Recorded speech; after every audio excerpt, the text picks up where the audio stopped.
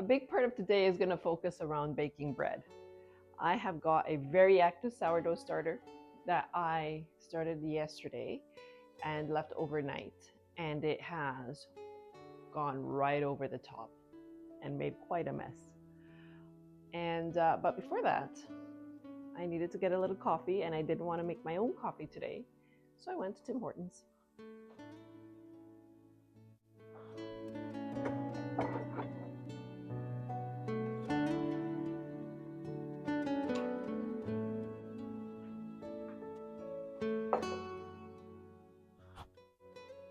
Usually I make 2 bowls, but today I'm actually going to make a third one.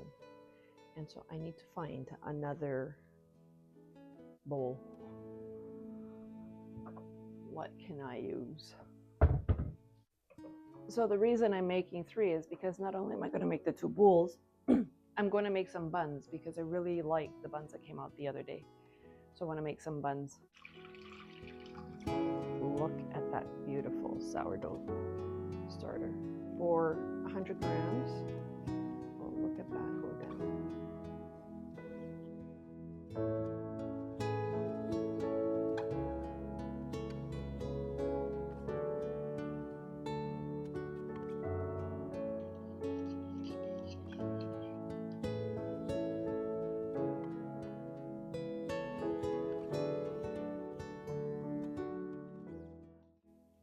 And it's going to look very shaggy to begin with, and that's okay.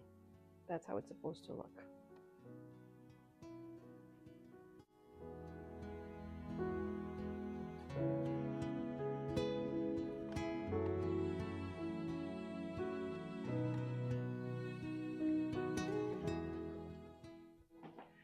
So when I am rising my sourdough starter, I like to use these heat mats because I pull it out of the fridge and it's very cold, and it's very difficult for it to rise if it's cold.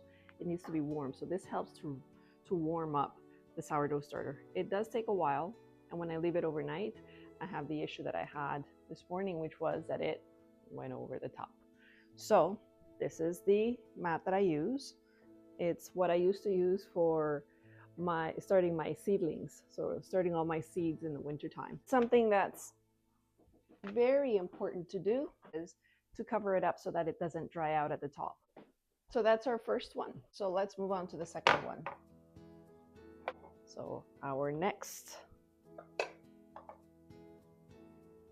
sourdough starter. So we start with our 315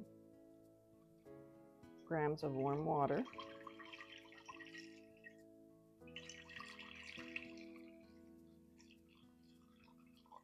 Or thereabouts. And then we put in our 300 grams of sourdough starter.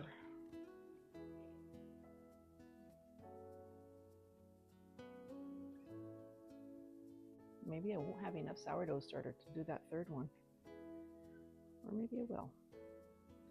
All right, so I ended up putting in here 121 grams of sourdough starter, so that will be okay. So let's cover that up and let's start our mixing. So we're mixing our sourdough starter with the warm water. And now we're going to put our flour, which is 346 grams or thereabouts, maybe 500 grams. Let's get to it. Here we go.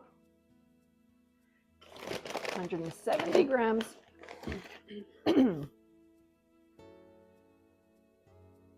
340 grams.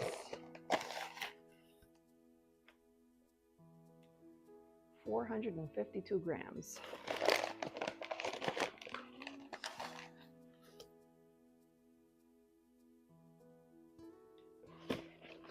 Or thereabouts, 516 grams. And this time we're going to only put a teaspoon of salt and a smidge more. And now we're going to mix it. So let's take this away and let's get to it.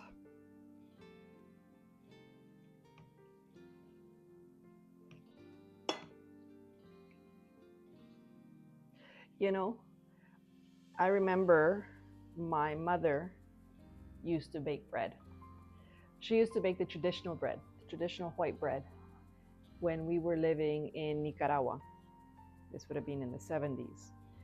And she always used to bake 6 loaves of bread every week. We had quite a few people in our household.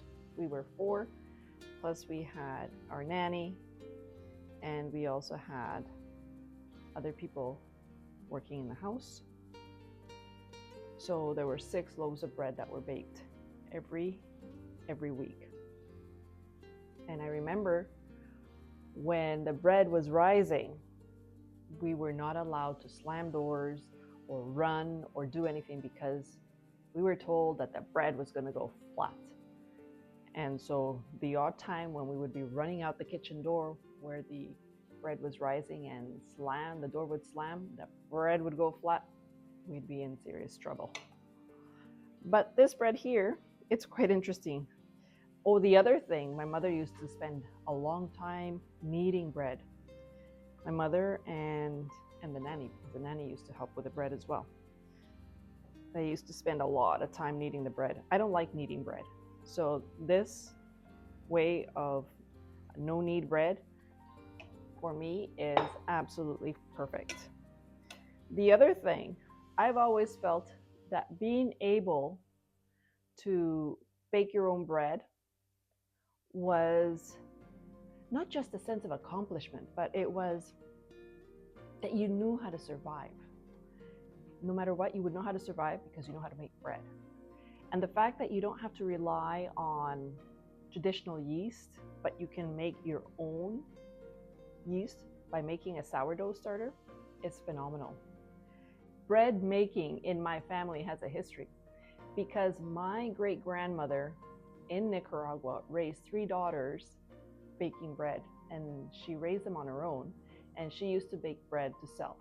So I feel like there's a connection between baking bread here and my family, the women in my family. So I think this one is ready as well.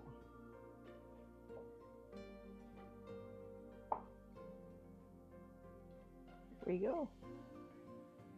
Shaggy dough number 2.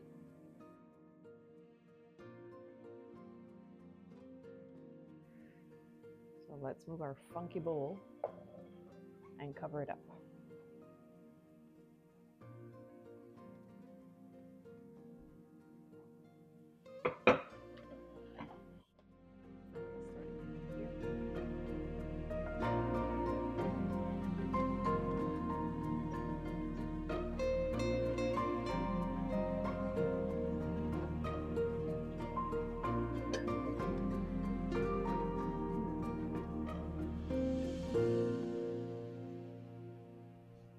They're so sweet.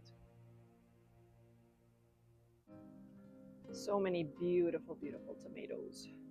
Little cherry tomatoes. Look at that. Lovely. I'm gonna make a tomato salad today, I think. Look at these. Look at that.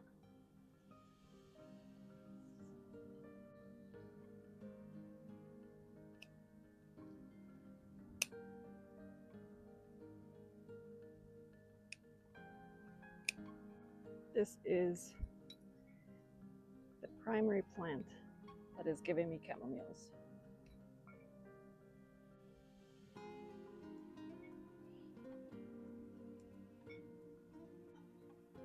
Right here. Tomatoes. Isn't that beautiful?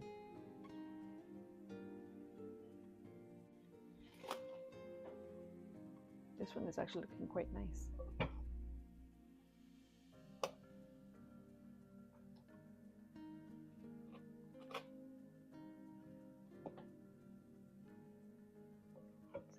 Like this.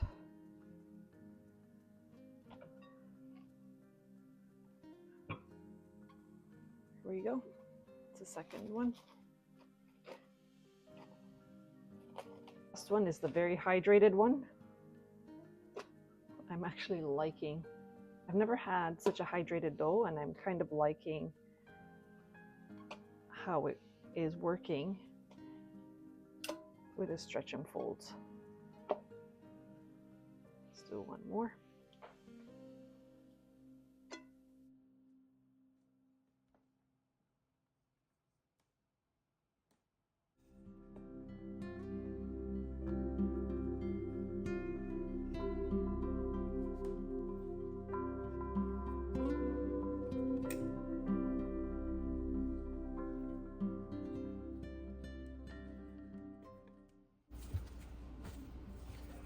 So this one is definitely easier to work with than the fully hydrated one, or not fully, but the very hydrated one. This one holds its shape a little bit more. And we're gonna let it sit there for a little bit. And put some water, not water, we're gonna put some flour in the Banneton basket.